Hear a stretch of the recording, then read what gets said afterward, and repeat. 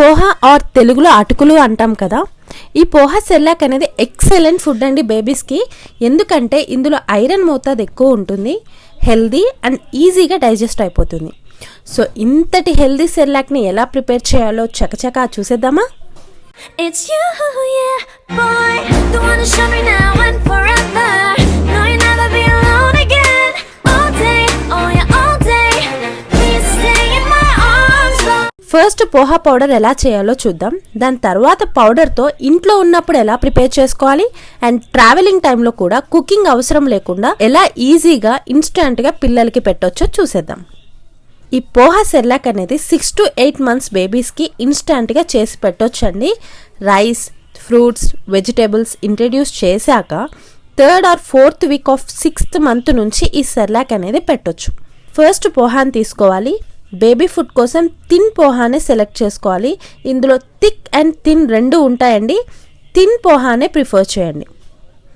ఇప్పుడు ఆ అటుకుల్ని ఒక ప్యాన్లోకి తీసుకొని స్టవ్ వెలిగించి లో ఫ్లేమ్లో సిమ్లో పెట్టేసి ఒక 3 to 5 minutes వరకు రోస్ట్ అయ్యేలాగా వేయించుకోవాలి. ఒకసారి హెల్త్ బెనిఫిట్స్ గమనిస్తే పోహాలో ఐరన్ కంటెంట్ ఎక్కువ ఉండటం వల్ల పిల్లల ఐరన్ లోపం వల్ల వచ్చే అనేమియా బారిన పడకుండా ఉంటారు. కార్బోహైడ్రేట్స్ కూడా తగిన మోతాదులో ఉండటం వల్ల బేబీస్ అండ్ కిడ్స్కి ఇది హెల్తీ బ్రేక్ఫాస్ట్ ఆప్షన్ అండ్ చాలా ఎనర్జెటిక్గా యాక్టివ్గా ఉంటారు. ఈజీగా డైజెస్ట్ అవుతుంది కాబట్టి ఈవెన్ బేబీస్ హెల్త్ బాగాలేనప్పుడు కూడా ఫుడ్లో one of the best option. Colour change కాకుండా ఇలా క్రిస్పీగా ఉండేట్టు చూసుకోండి.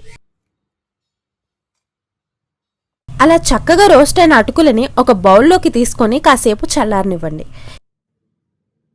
ఇప్పుడు ఈ రోస్టెడ్ పోహాని ఒక బ్లెండర్ సహాయంతో పౌడర్ లాగా బ్లెండ్ చేసుకుందాం. బ్లెండర్ని 10 seconds రన్ చేస్తూ ఆపుతూ ఇలా పౌడర్ ఫామ్ వచ్చే వరకు గ్రైండ్ చేసుకోవాలి. చక్కని ఎయిర్టైట్ కంటైనర్ తీసుకోండి. ఇలాంటి ఎయిర్టైట్ కంటైనర్లో కాసేపు చల్లార్చిన ఆ పోహా పౌడర్ని స్టోర్ చేసుకోవచ్చు. 1 weekకి సరిపడా పౌడర్ని తీసుకొని స్టోర్ చేసుకోండి.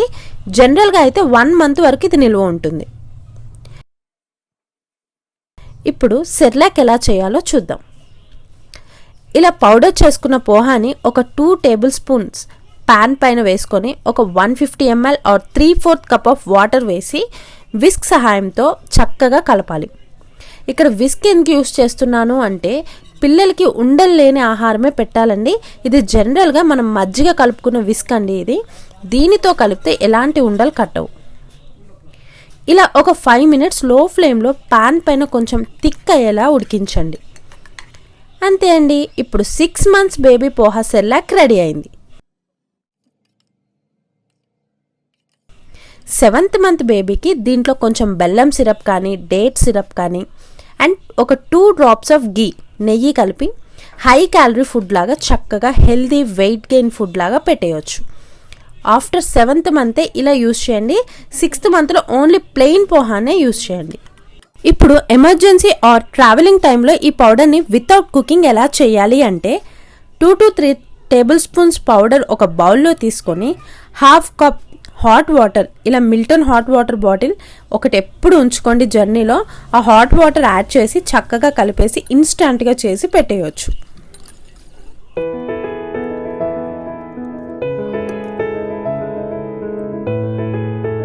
సో ఇదండి, ఇంకా మంచి మంచి వెరైటీ హెల్దీ ఫుడ్ రెసిపీస్తో మీ ముందుకు వస్తాను. Until then take care and bye bye.